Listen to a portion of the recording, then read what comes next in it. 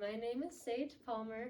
I am not professional in this area, but I've done a lot of research and I've worked with kids a lot, especially preschool age kids. And throughout this presentation, I do not want to be the only one talking, so ask questions or make comments. As much as you have anything to say, I'd love to hear it.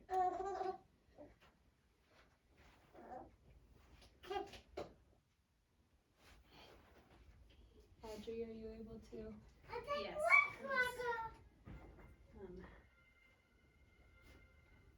Okay, yeah, I should be in now. Awesome. All right.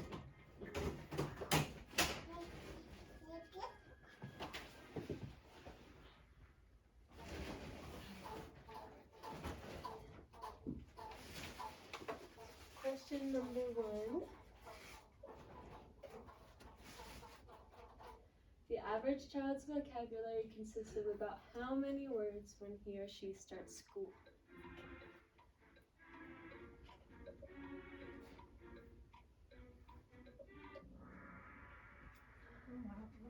Good guesses. And good job. I don't know who got it. Me. You did? Good job. There you are. What are infants trying to communicate when they cry?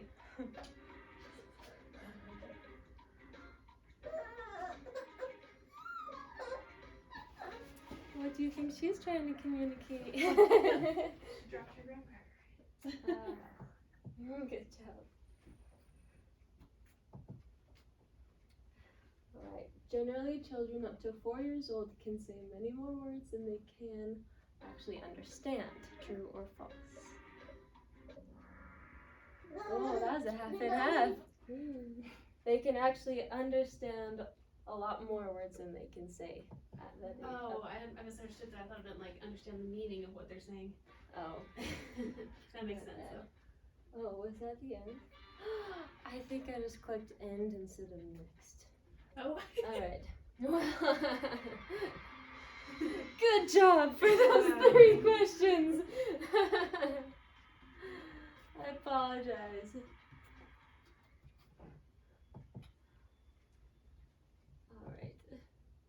So, were there any things that were new to you or surprised you in what you learned in those few Kahoot things? It would never occur to me to count how many words they know, but that's cool. That many. Yeah, to know that many words and you're going into just like a little preschooler. It's amazing how many words children understand and know and how quickly they develop language and learn vocabulary. So now we're going to go off of kind of the outline I gave you. How can we speak to our children to help encourage language development? So one thing is that generally we can speak to them in a positive way. As we're more positive with them, whether they're like even speaking yet, maybe they're just babbling and you babble back to them and you repeat what their noises that they're saying, or if they're starting to talk but they make mistakes, if we correct them in a more positive way, that encourages them to keep exploring and keep trying even if they make mistakes. And then the second thing is that we can use infant-directed speech as opposed to adult-directed speech. So adult-directed speech is like the way that I talk to you guys and you talk to me. You talk to each other. It's just adults, we talk to each other in a more regular pace, not so much exaggeration or facial expressions. Whereas infant-directed speech is the way we naturally speak to babies or little kids. We're more excited in our facial expressions and we talk a little slower or we say shorter sentences. We might be more animated. And these are all different ways that we talk to children.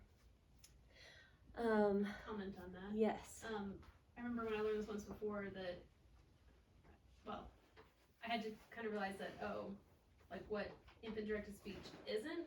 So usually we think of this as like baby talk, and what baby talk shouldn't be is just babbling nonsense, like not real words, right? Mhm. Yeah. Yeah. Oh yeah, you have a comment too. Yeah, infant directed speech isn't like incorrect grammar. It's just talking in shorter sentences, or it's talking to them in just a higher pitched voice is usually like kind of one of the things that we do. And you talk slower and you just have like kind of elongate your vowels, different things like that. So there have been studies where the researchers actually they had like attached some recording things to babies' brains, and they saw how their brain was working as they were spoken to in this infant directed speech versus adult directed speech. And the babies had a lot more activity going on in their brain when they were spoken to in this way. And it's really cool, even when they were sleeping, you could see more activity.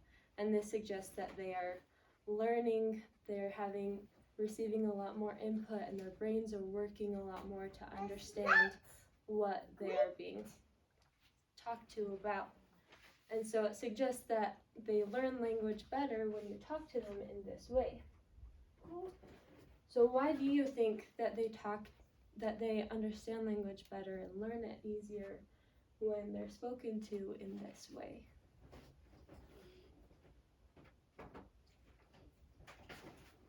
Maybe like gradually builds on what they can understand, rather than, because I think maybe when they have no understanding of anything you're saying, then it's just easy to tune out the whole thing, rather than maybe pick out the bits that they can understand and just kind of infer the rest from context.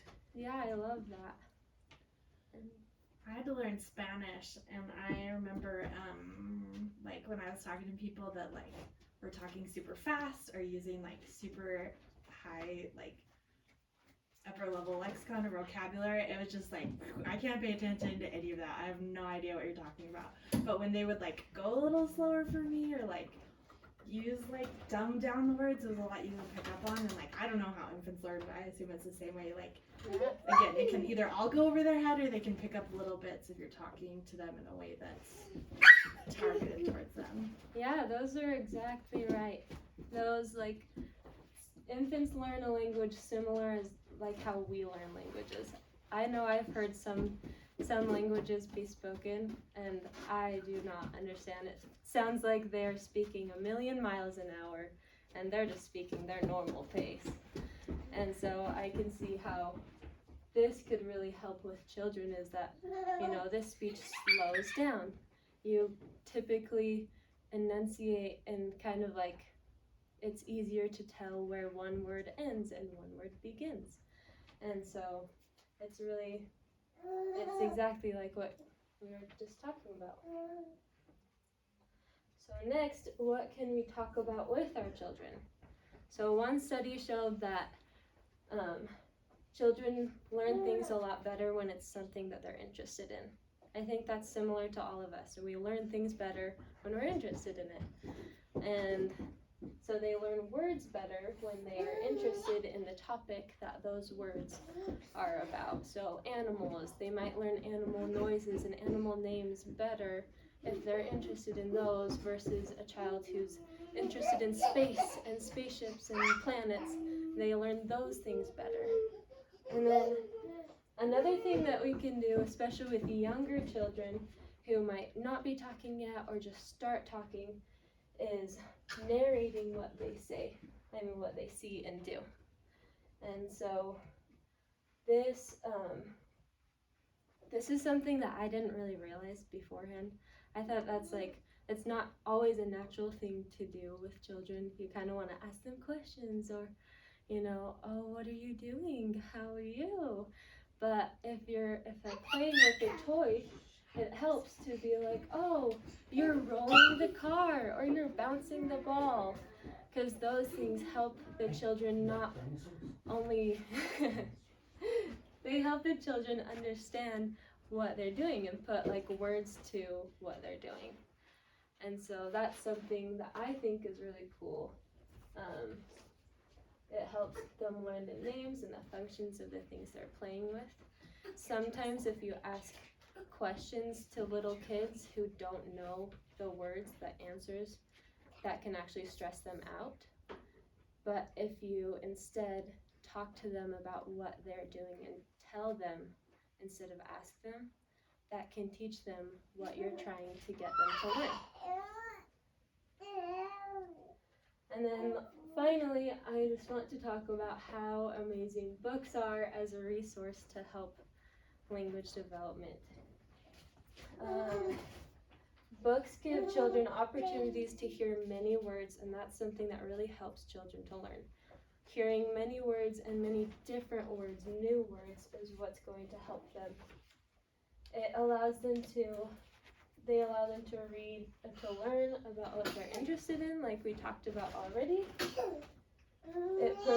Books provide opportunities for adults and children to interact with each other, and engagement with each other is a huge help with language development and any development. Books help teach words with their meanings, and that's another thing is children learn better. They learn vocabulary better when they understand the meaning of it, and they can connect the two.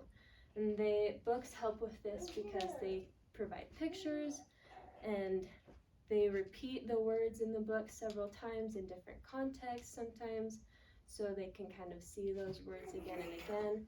And it can help parents to have an opportunity to point to the picture and explain a little bit more about, oh yeah, what that word is talking about. Yeah, I'm on that. Yeah. When I've read books to my toddler, I find that they're more engaging, not when you read them straight through, but when you like stop on each page and you're like, where's the square? Or where's something blue? Or count them with me. And like, rather than just read the book straight, I mean, we do that too, but like seeing how many things you can point out together on each page. Yeah. Really builds their language. Absolutely. I've done that sometimes. Sometimes you want to just read it through because you just want to get through it. But I've done that too. It really helps. We're not typing right now. It really helps to do that too. To not only just read the book through, but stop on each page and let them kind of with that interest thing. Let them point to what they're interested in. Talk about that. Ask them questions about that to expand their knowledge of it. And then books teach vocabulary and grammar together. We don't always talk to children in ways that are full sentences, and books do. Books give a full sentence, and so it helps children to start learning the words and the sentence structure so they can start creating those themselves. And finally, books create great opportunities for positive interactions with adults and children. Does anyone have any comments or questions about what we've talked about? I think this is really true because my daughter, we speak to her in French, but when we read books, we read in English, and she knows a lot of words in English because we were reading in English to her. She has a lot of vocabulary in English than in French because we don't find any books and any French books, so it's hard for her. It's hard for me to teach her French words, but I just speak to her. English words she knows better.